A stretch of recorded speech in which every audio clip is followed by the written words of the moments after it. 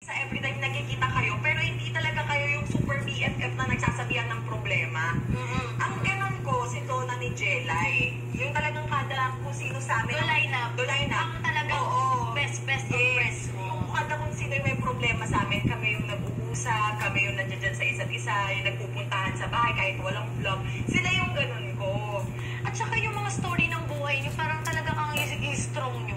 Diba? Yung story ng buhay ninyo na nagawa nyong malagpasan yun. Kanya-kanya, diba? Kanya-kanya mga pagsubok nyo. Pero walang iwanan. At saka diba nag-issue din kami na papistay ka niya mga yan. Pero hindi namin hinayaan na ma-affect nun, na masira kami dahil doon. So, mas lalo namin ginalingan yung circle namin pagdating sa understanding, sa ganyan. Dumadaan naman talaga tayo sa moment na isip bata tayo na hindi natin alam yung mga nasasabi natin or diba? Na ano yun mga ganong pagkakamali, nagmamatter yun after, ano gagawin mo after ng pagkakamaling yun? Yes. So, magbabago ka ba or what? Kasi hindi ka matututo kung wala kang lesson na makukuha. Tama naman talaga yun. Kasi ilang taon man. Yes. Diba? So, at least ngayon, kung nagiging okay, natututunan natin. At saka lagi sinasabi ni Ate Donna sa amin, hindi tayo tunay na magkakaibigan kung wala tayong mga misunderstanding. Kaya nga may misunderstanding, tas dun mas pinagtitiba yung friendship. Parang relasyon niya. Yes. Actually, yun din ang napatunayan ko sa sa friendship. Para rin pala yung pakikipagrelasyon sa partner mo. Hanggang kailan mo kaya ipaglaban, diba? Paano mo i-maintain, paano mo tatagalan, yung suporta mo, yung pagmamahal mo sa kaibigan mo. So, same lang pala. Tapos, kapag nawalan ka ng kaibigan, mas masakit.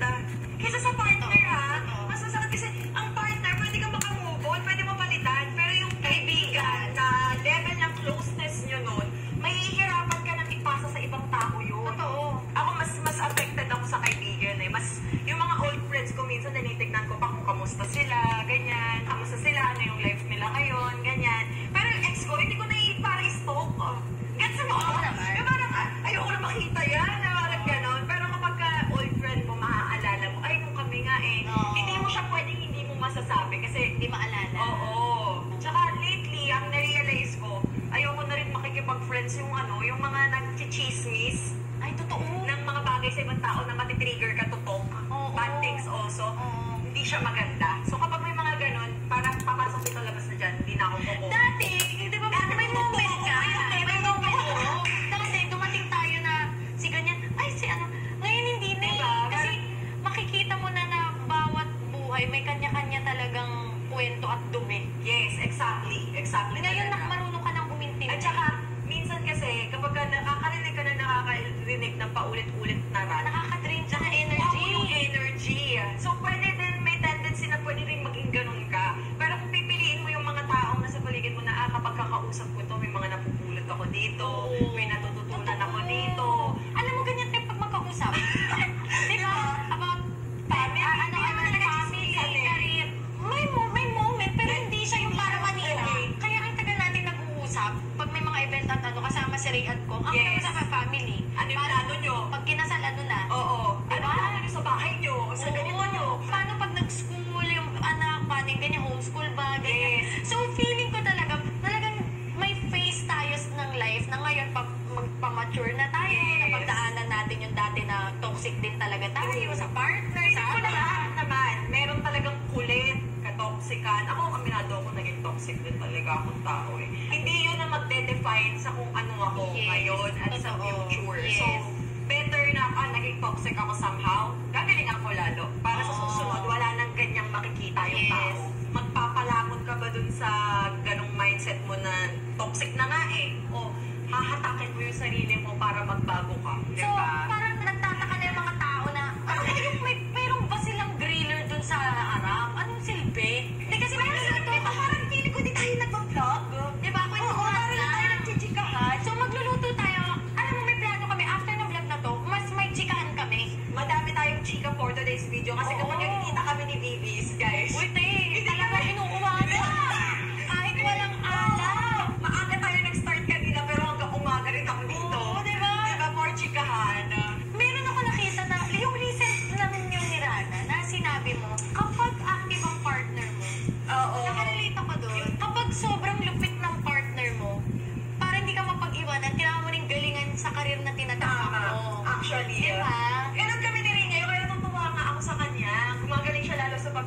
basketball niya, ganyan. Kasi compare last year, ngayon parang mas focus siya sa game, mas focus siya sa pag-workout niya. Kasi yung workout part ng trabaho niya, te. Relate ako dun kasi dati wala akong ginagawa, patinda-tinda lang. Kasi ko talagang Love ang galing talaga. niya sa Pagiging influencer. sa pagiging content creator niya. So sabi ko, naku, parang hindi pwedeng maging pabigat ako sa kanya. Kailangan may gawin ako sa buhay ko. Na-motivate ka. Na-motivate ako. Yes. So, sobrang nakakatuwa na kapag ang partner mo malupit, di ba? Kailangan mo rin Kailangan maging malupit ka din. Depende sa pag-uusap. Kasi may mga nanay na ang pinipili nila ikaw ang tumutok sa anak. Yes. Pero kasi depende all sa the time, pag-uusap. ako para sa akin pagka parehas kayo may pangarap, go! Kapag ka gusto magtrabaho ng partner niyo, hindi porket may anak kayo, wala na siyang karapatan sa sarili niyang buhay. As long as hindi nagpapabaya sa anak pwede ka naman pumili ng gusto mong gawin or ng trabahong sacrifice na gagawin mo sa pamilya mo eh. Hindi lang puro lalaki. Ay, ikwento mo yung sa akin ka na. Ay, ito na. Speaking of Sangyup, yung mga babies, alam niyo ba na hindi kasi ako, dadali mo ako sa Japan or sa Lebanon man yan, hindi ako talaga nakakain ng punta ka Lebanon, masela kain. Sanay talaga ako Filipino food lang. Tapos yung mga food na kinasanayan ko, yung talagang pangmasa. Hindi ako sanay sa mga steak na sosyalan, gano'n, yung may mga maraming menu, ganyan. Hindi ko bet. So ngayon, si Ate Bim, araw-araw sa Sangyup ang atake mo nun online. Araw-araw sa Sangyup, di ba? Ay, ako nagkagalis to, Ay, talaga ba? Wala na akong tanda din. Na-operahan ka? So, yun nga. Dahil sa Sangyup. Kasi araw-araw ako literal nun, nadamay pa pala kita. Yes, ganito. Meron times na 2 beses na kayong nagsasangyup. Tapos hindi ako kumakain. Tinitignan ko lang sila. Tapos may one time, talagang, eto na, galing na tayo na naman ng inuman. Gutom din talaga ako. Sis, napaka-arte mo, itry mo kasi. Hindi, ang ginawa ko, tinry ko yung meat, tas kanin, tas nanghingi ako ng toyo, kalamansi, sili. Kasi ganun ako starter pack ko yung toyo, kalamansi, sili. Hindi ako nagki-kimchi hanggang ngayon Take note guys hindi pa din. Ang kinakain ko, ito lang mga meat ng sangyup, yung lettuce lang, tapos nanghingi ako ng toyo, kalamansi.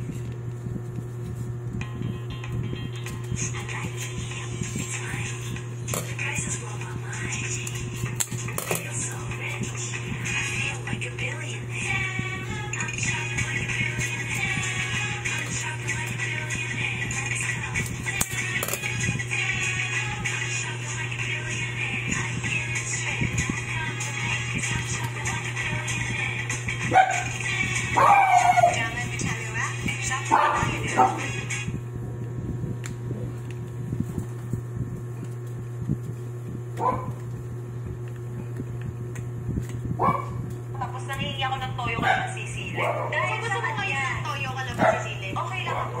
Ay, go! Napakuha ka kuya ngayon talaga yung kalamansi sili. Pinento niya para nalalaman siya. Tapos mula nung nakakain ako ng sagyup at take note ikaw ang nagpakain sa akin ng sagyup at kung ano yung restaurant na kinainan natin sagyup, doon lang din ako kumakain. Totoo. Hanggang ngayon. Totoo. Hindi ako kumakain sa ibang sangyupan. Oo nga. May editor si mga ikaw doon nakaalala mo. Yes! Kasi niyaya kita. Sa dami ng mga nakasama kong mga staff or tao na nawawala sa buhay ko, kada may bago, alam mo ba, si Ate May yung kinukwento ko palagi, hindi talaga nawawala yung kwento ko na yun. Kasi nga, ikaw talaga, napaka-arte mo, kumain ka nga, nagugutom ka ginano mo, mga lasing na tayo Ulo na yung tiyan ko, naiingit ako sa inyo. Hindi ako makakain kasi ang dami, hindi ko alam kung paano siya kainin. Sa mga samgyup salad dyan, dapat may porsyento ko. Tingnan nyo kung ilan yung mga kung magsamgyup. Ako yung natanggalan ng gallstone. Ikaw talaga ang perfect influencer. Na-influensyahan mo talaga ako dahil. Sakto lang samgyup ang Yes, kaya nga natawa ako. Sabi ko, tignan mo si Ate B talaga, si Samgyup girl talaga to Naalala ka ang Samgyup girl. So ano naman, sa pagiging ina, ayan, kamusta naman? Stress. Kasi tuloy na, yung kakulitan. Kanina nga nung nag-ocean park tayo, talagang takbo sila, Diba? Kaya tulog ako pagkatapos, Ako din. Pagod na pagod ako. Tama yung schedule natin. Diba? Natulog muna. Natulog muna bago yung next na Sa pagiging nanay, stress ako. Kasi nag-i-school na sila parehas 7 at saka 3. Ngayon, yung lalaki ko, mapang-asar. Yung babae ko naman,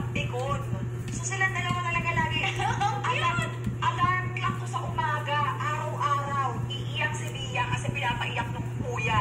Or kaya naman, iiyak si Lucas kasi inaway nung matapang kasi si Bia, Kung matapang ako, mga times 10 yung tapang yun. Iba yun. Naririnig ko pag baby girl, parang talagang matapang. Attitude talaga. Promise. Kasi yung lalaki ko sobrang sweet ni Lucas Pag lalaki sweet. Oo, pag babae, magditahan kayo. Makikita mo talaga yung ugali mo times 10 ng ugali mo. Ay, totoo. Yes. Ang cute naman. Na-inlove ka ba sa Japan? Ako, kami gusto namin Japan. Sarap kaya mag-shopping ng mga pambata sa Japan. Yun ang enjoy na enjoy ako sa Japan. Pero kung ako lang, dahil hindi na ako lumalabas talaga. Kaya kahit wala na akong damit. Gusto mo yan? Okay na kahit wala na akong damit. Hindi, parang hindi ka naman nagdadamit doon pag nauwi. Diba? Yun nga yung punto ko doon Okay lang kahit hindi na ako magbitbit ng gamit. Useless naman yan Ayan, baka bumiyahe ka na naman pa Japan sa mga kwento. Actually, mapunta ako sa Japan next week. Pupunta lang ako. Grabe. 3 days. Wait, ang gano'n pa ba sa katagal sa Japan? Last year niya na sana to. 10 months yun, straight 10 months. Ang sabi ni Daddy Ray, last na, kasi nga, magpapakasal kami. After kasal, gusto niya na mag-baby. So kapag nag-baby, sabi ko, hindi pwedeng LDR tayo kasi baliw ako So akin, kung hindi pa naman kami mag-baby next year, depende naman sa kanya yun. Supportive naman ako sa kanya.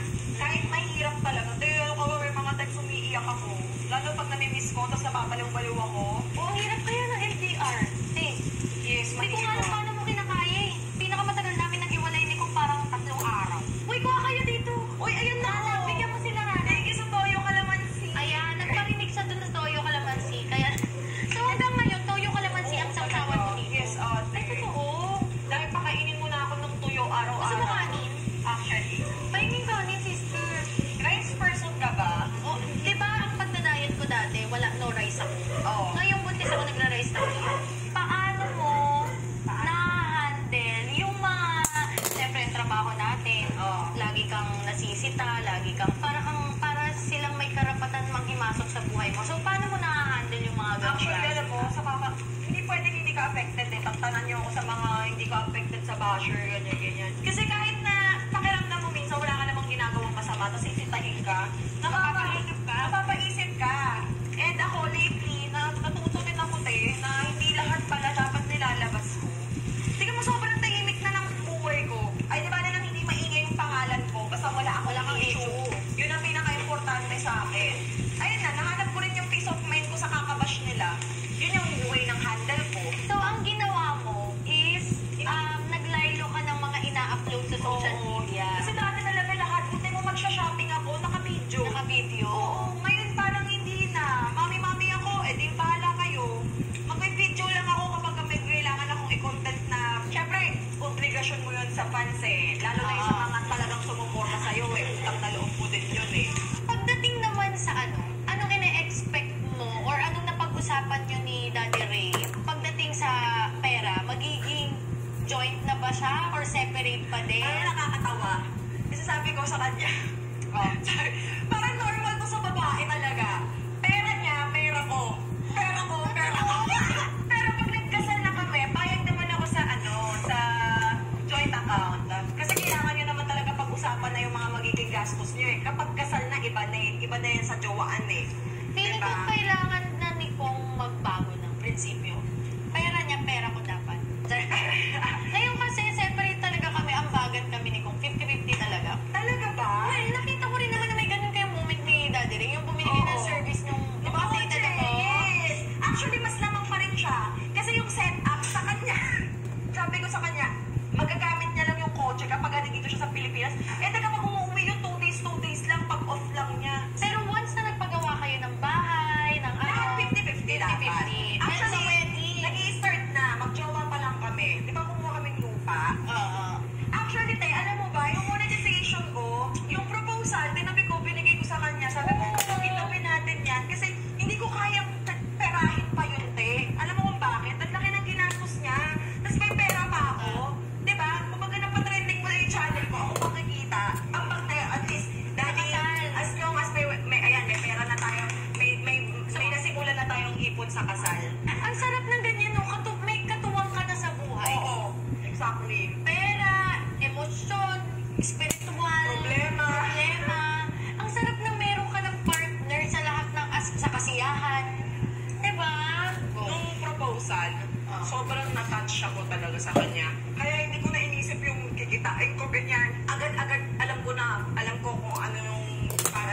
itatabi ko para sa kasal. Kasi kahit siya di niya inisip sarili niya, te.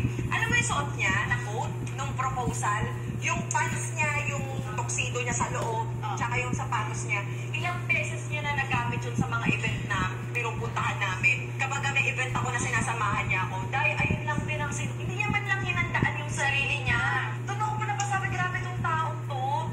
Ang laki ng ginastos mo sa proposal, pero di mo naisip na bigyan or laanan yung sarili mo para sa magiging look mo, ganyan. Wala siyang pakialam doon. As long as sumagot ako, dumating ako doon, okay siya sa ganun. Sobrang iniyak ko yun. Natouch talaga ako, te. Kasi parang, oo, si Daddy Ray, ibibigay niya lahat. Mas magastos siya sa family, mas giver siya, kesa pag sobrang kuripot niya sa sarili niya. Nakikita ko yun sa mga sa mga vlog at saka pagkausap ko siya. Nakikita ko talaga na ready na talaga siyang maging daddy at asawa mo, sister. Nakakatuwa. Kasi nga, iba din yung level ng mature ni Daddy Ray. 31 na siya, sis eh. 6 years ang tanda namin. Kayo ba ni Kuya kung ilan? 32. Kasi kita na sila. Hindi, 1990 ano ba si Ray? 1993. 1991 si Kong. Mas matanda si Kong. 34 na pala siya. Dirty old man. Sorry. Pero alam mo masarap, di ba? Kapag matanda sa'yo yung guy. Oo, Baby ka. At saka pati ikaw magiging matured ka. Sarap naman ng pagkain. Ang hirap tumiga. Uy, alam mo ba? Parang wala pang 1 minute. Palang yung upload mo ng proposal. Si Kong nagsabi sa akin, "Love, nag-propose na." Wala pang 1 minute yun. Sabi ko, ganun ka ka-active. Ang galing naman. Saan mo nakita? Nag-doortip sa kanya, sa phone niya. Ang cute Oh my God, nag-propose na! Kasi yung title, The Proposal eh. Yun ang title ng vlog eh. And na-expect mo ba na parang ang ending nyo ni Ray eh kasalan? Oo, from the beginning talaga. Ay, actually, hindi naman from the beginning. Nung sinagot ko na siya. Kasi date to marry person siya eh. Mahalata mo yun sa tao kung pang sandalian lang. Kasi hindi ka magigip all eh. Siya kasi, pinupormahan niya pa lang ako, kinikip all niya na. Napaka-OA. Kaya ganda-ganda rin ako sa sarili ko. Kaya sinasabi nila, ganda ni Zainab ngayon. Baka kaya. Kasi nakakataas ng, ganito ka, Dari. Kaya, diba? Maganda na dati si Zainab, pero mas iba yung pagka-blooming niya ngayon. Iba talaga kapag minamahal ng tama. Yes. Sa alagaan ng tama. Yes. At saka yung dilig na tama. Charing! Sorry, pag di ka nadiligan, para kang halaman na lantay. Tama. So yun, para kang bulaklak na nagbukas. Mismo. Meron kang kwento sa akin dati na hindi mo ginagawa. Ginagawa mo na ngayon. Alin yan? Ay, yung hindi ko yung ginagawa, ate. Wala mo nga sa akin. Ay, ginagawa ko na ngayon. Tergos na. Ay, kita. Di ba nagpipwentuhan tayo noon? Sabi niya, ate, ayoko niyan. Siguro, try mo nga. Kaya pala. Isipin niyo na lang kung ano yun. Kasi dati nga, feeling ko kaya din ako niloloko. Hindi ako paano ba? Hindi ako open-minded. Ayoko ng usapang eme. Oo. Gusto ko yung noon. Hindi talaga. Mukha lang talaga akong kabastos-bastos. Pero ayoko nga ng lights on eh. Ayoko na may makikita yung katawan ko. Di ko kaya mag-be sa harap ng Di sa ganda mong yan. Hindi talaga. Ewan ko, may ganun Ako pala sa lights ko. Ngayon kaya ko na ako magbubukas ng ilaw. As Uy! Kasi alam mo, hindi ko talaga yan. Hindi ko makalimutan yung kwentuhan natin na yan. Kasi ako, una pa lang, di yan na kwentuhan. Naalala mo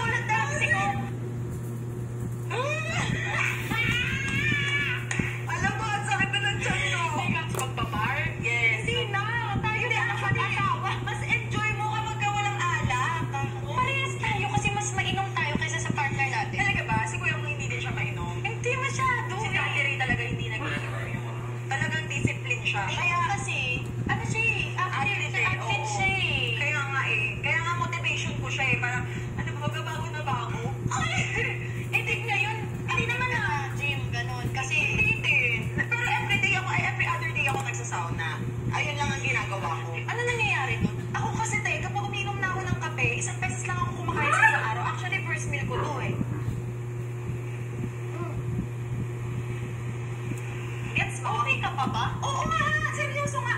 Ganun. Huwag ka nahihilo. Hindi. Okay ka? Tapos coffee lang talaga ako. Ayun lang ginagawa ko. 1 meal a day? O, sa bagay, nakwento mo sa akin yan. Sabi ko, ang sexy mo, sister, 1 meal a day. Hindi kasi ako gutumin eh. Sana all. Pero pag kumain ako, walang iya. As in, walang iya talaga. Parang So, walang... si Daddy Ray, hindi naman siya 1 meal a day. Araw-araw siya kumakain. Ang dami 3 times a day. So, pag kumakain siya, Nakakain ka ako. okay. Nagkakadama yan. Nagkakadama yan. Pero hindi na nagluluto ng madami na. Kasi alam niya na eh. Titikman ko lang. Takaw tikim ako eh. Pagkatikim ko tapos na. Mabuo. Ganon. Tumanda ka ba nung nagbuntis? Hindi rin. Nung nanganak ako, nagmanas ako. 3 months. Tapos after nun, namayat na ako. Nagka-postpartum ako eh. Pero may mas payat ka dyan na ire. Ngayon, okay, nagkakalaman ka. Ang ganda ng Okay lang. Iba na yung payat ko nun. Eh, parang ano na ako nun eh. Parang na akong stick na ano. Actually, naging ano ko din yun. Cause din ng depression. Pag tinitin ko na yung sarili ko sa salamin. Grabe, naiiyak talaga ako. Parang na akong putik eh. Nung time na yun. Parang nakikita ko yung puwet ko. Walang-wala talaga. Parang yung suso ko tsaka puwet ko pantay sa puto ko. Pero at least ngayon, sister, ang bawi, di ba? True. Kaya ano, actually gusto ko na din magbalik workout. Busy lang talaga. Kasi di ba, bare months na. Content, bata, jowa, kasal. Ang dami kong inaasikaso. Tsaka nakita ko nagpa-movie ka. Oo, nag-movie ako. Nagka-artista ka na ba? Pinupush mo na yan? Nag-try ako one time, pero kasi takot ako ate. Parang kaya ko lang tumanggap ng project na kaya kong panindigan. Ayokong sumugal sa magmamarunong lang ako dahil gusto ko lang siya. Kasi ayoko makasagasan ng ibang tao. Takot ako sa ganun na. Yun na yung trauma ko, ganun. Ayoko na ng any issue sa ibang tao or kaaway. Di ba? Lagi ka mag-artista, sister. Yung sabi ko nga, ano kayang next niya dito? Pati na may mga projects naman talaga, hindi lang talaga ako pala oo. Kasi nga natatakot ako mag-commit sa hindi ko kayang panindigan. Dapat pag nag-commit ako, 100% kaya ko. Mayayain ako! Pero ang galing mo, ano na nagawa mo yung multo kong gumagan yung acrobatic. Ang sakit mo Hindi na. ba yan? Ano ka na sa Halloween? Ang sakit ko. Hindi, i-remake mo. Ano ba sakit ako? Oo, dyan. O, bababa ako ha. Wait lang. Shoot mo. At saka si Sir, ang aurahan mo, artista talaga. Sana nga magkaroon ka ng ano yung mga hosting na parang mga showtime, mga ganon. Actually, nag-host na ako sa Showtime. Nakita ko Nag-host din ako.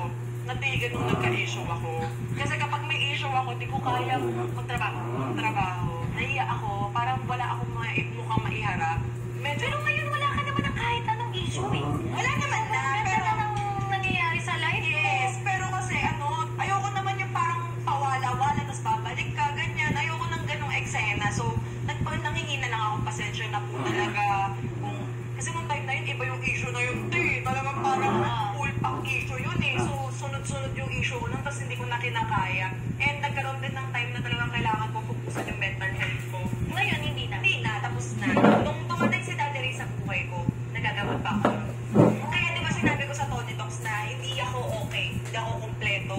Ako as me, parang sunod-sunod na yung mga nangyayari sa akin, hindi ko kinakaya. So, tinulungan niya ako maging okay. Oo. Ngayon, kapag ka talagang overthinker kasi ako, sobrang overthinker ko. Like, hindi ako nakakatulog ng ilang araw kaka-overthink ko. May ganun ako. Kahit na sobrang okay ng buhay ko, ngayon, so, doon lang ako naggagamot pampatulog, ganyan. Si Daddy Ray pa nagtatanong sa doktor, ano po kailangan. Ganun si Daddy Ray, as in. Tinulungan niya talaga ako sa mental health ko. Siya ang naglabas ng peace ko sa katawan. So ngayon, hindi mo na kailangan maggamot, di ba? Hindi na. Okay na ako. Takot na lang ako sa kanya pag puyat ako. Puyat ka na naman! Kasi tayo madalas kapag, lalo na pag nag-i-edit ako sa gabi, madalas kasi pag nag-i-edit ako, Nag-edit ng vlog mo? hindi naman ako yung edit talaga, pero tinututukan ko per, ganon. Ganon kasi Ano, ako ikaw eh. nagka-cut, ganon? Yung kung paano yung gagawin nilang effects, tinuturuan ko yun. Sa mga 2 hours na gano'n, tinuturuan ako sa editor. Ayaw niya napupuyat ako. Di ba yung mga gamot sa kotse na siya naglalagay. Sakit ng puson ko, sakit ng akit ko. Yes naman niya! May kit starter pa kami na med sa loob ng kotse. Tapos siya nag-aayos. Siya nag-aayos. Dahil pinakilala niya ako sa mga council niya sa church. Ganun siya. Kapag kada may problema siya, or kaya galit siya or what, bigyan mo siya ng time, magdadasal yan.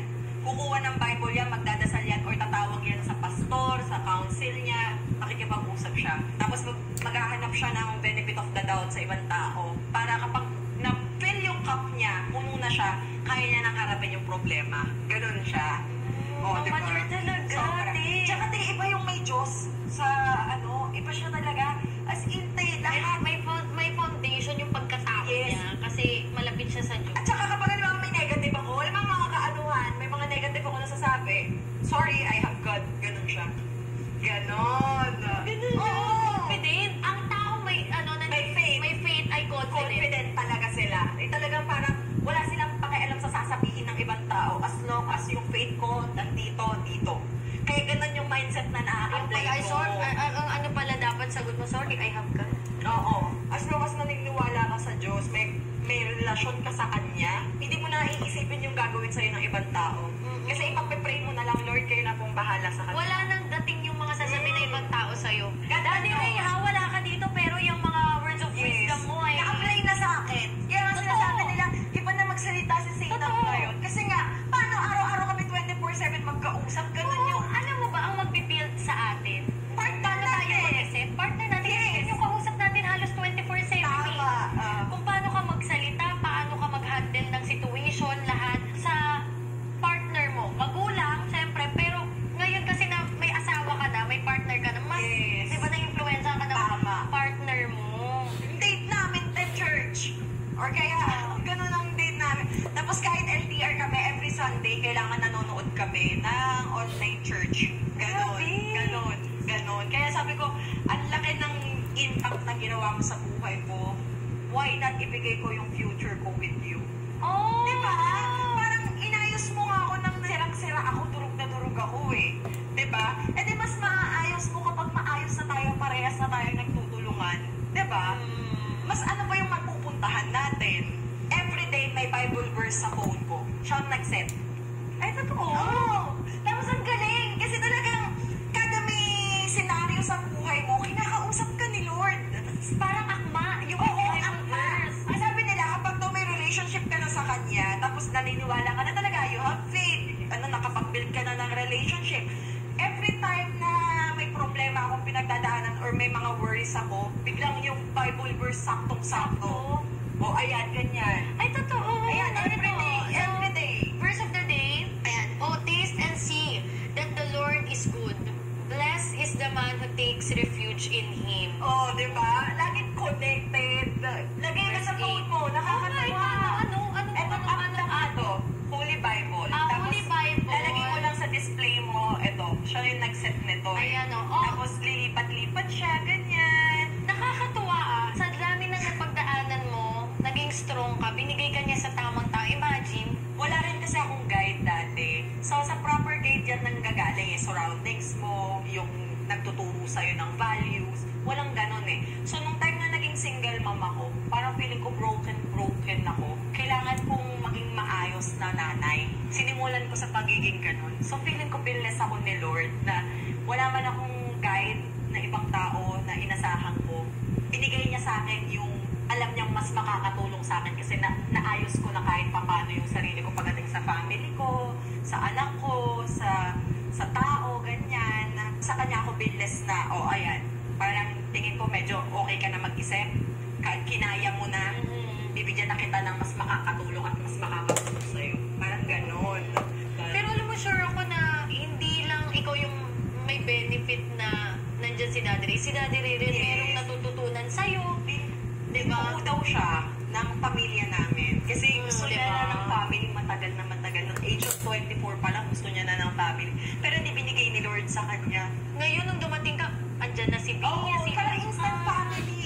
Blessing din talaga na lagi sinasabi ni Daddy Ray ngayon, kumpletong-kumpleto siya dahil because of family. May family na ako sarili, yung matatawag kong akin. Akin yan, pamilya ko yan. Ganun siya. Diba? Hindi binigay ni Lord sa kanya ng maaga kasi meron pa lang paparating. Sobrang happy ko talaga na, nung nakita ko yan, dumating si Daddy Ray. Nung naalala mo, nakita tayo sa Dr. White. Naglilikuan pa lang. Hindi kami na doon, kasi sasagot ko lang sa kanya. Pero, sabi ko, sana, yan siya na talaga. Kasi ano ka pala namin to? Kasi parang natatakot na rin ako na, sabi ko, sana siya na talaga. Kasi hindi doon na may trauma ka sa mga past relationship. Kasi, hindi ko naman siya pa-close noon. Hindi pa kami nag-uusap. Parang wala pa kami kahit ano. Hindi ko siya kilala. So, parang sinabi ko pa lang siya yun. Sabi ko, sana talaga sister, sana talaga. Pero tingnan mo, Tapos ngayon, tingnan mo, siya na talaga. yes, wala nang atrasa to, magpapakasal na ako eh. At sila taon na papabuntis na. Okay, magagawa na kami ng bata ng ilang taon. At saka ang sabi mo, ang anak na gusto mo limahan, Lucas, Bea, tas 3 pa. My God, 5. Kaya yan? Kaya yan, ako naniniwala. Ako gagawa ako ng team basketball player, team bloggers, artist, ganyan. Iba-iba sila. Kompleto! Kompleto. Sira na ba? Ilan na ang anak? Isa. Sige siya lang. Tapos kuya ko, 2 din. Ako, 2. Pero masaya din kasi parehas nga tayo. Madami rin bata sa amin. Team ba sila eh. Masaya sila sabay kasi dito rin, ano eh. Pero away-away yan. Away-away yan. Nag-iiyakan, umuwi na lang sa bahay, mga naiyak na. Oo, totoo, natatawa nga ako dun sa may mga na-offend sa mga pamangkin ko. Tawa talaga ako at pinalayas pa. Dalas namin yan, Kardashian shows ang tawag dyan, di ba? Yung talagang family show sa loob ng pamilya. Si Bia lang, ito lang, ganyan din ang ginawa ko. Hindi ko naman siya pinalayas or what, pero pikon na pikon talaga ako sa kanya. Ano ginawa? So ito na. Paalis kami. Maldita nga. Maldita talaga yun, tay. Ako na nagsasabi sa'yo. Nandiyan si Daddy Ray. Ginanon yung cellphone ko. Talagang, ay hindi, gusto daw niya mag-TikTok. Okay. Nagsayaw-sayaw sa CR. Akala niya may camera yung CR namin. Wala namang camera yung CR namin. Sabi niya, where's my TikTok? Ay, ganyan siya. Sabi, wala yung TikTok, wala namang camera. Tapos nung ginawa ko, kinuha ko yung phone ko, nilagyan ko siya ng TikTok cam. Ginanon niya. Nag-dance na daw siya. Nagalit ako. Ang gusto ko mangyari sa kanya, mangingi siya ng sorry. Kinakausap na namin siya ni Ray, nakaganyan lang siya. The whole time nakaganyan siya. Dahil tapos na ako maligo, makapag-ayos, 1 oras pa higit na nakaganyan pa rin siya. Tapos, talaga. Sulit pa talaga siya. Minsan gumagano'n-ganon na. Ayun ba? Ito na. Nakuha niya na yung gigil ko. Sabi, napag-desisyon na namin ni Daddy Ray, kailangan niya mabigyan ng lesson. Umalis kami. Hindi namin siya sinama. Naiwan lang yung Nanay Maria niya na siya. 2 lang sila. Iyak siya ng iyak 1 oras. How about me? What am I gonna do here? Ganun siya. Tinitingnan ko siya sa CCTV pero durog na durog yung puso ko. Kasi yung reason nga is pag-alis. Pero sabi ko, kailangan ko siya disiplinahin. Pero binilang ko siya ng toys. Ang ginawa niya, nag-antay siya hanggang 9 o'clock ng gabi. Hindi siya natulog. Pag uwi ko, sabi niya, Mommy, I'm sorry. I will not do that again. Natuto na. Tapos ngayon, may takot na siya. Kasi spoiled siya sa akin eh. Sobrang spoiled niya sa akin, te. As in, hindi talaga ako namamalo ng anak. Hindi siya nagpe-face the wall or whatsoever. Pero, binigyan ko talaga siya ng lesson na sinabi kong bad yung ginagawa niya. Kailangan niya matutunan na bad yun. So, show nga din sa amin, te. Siya ang magpapaputi ng sa maagang edad. Grabe talaga yung bata.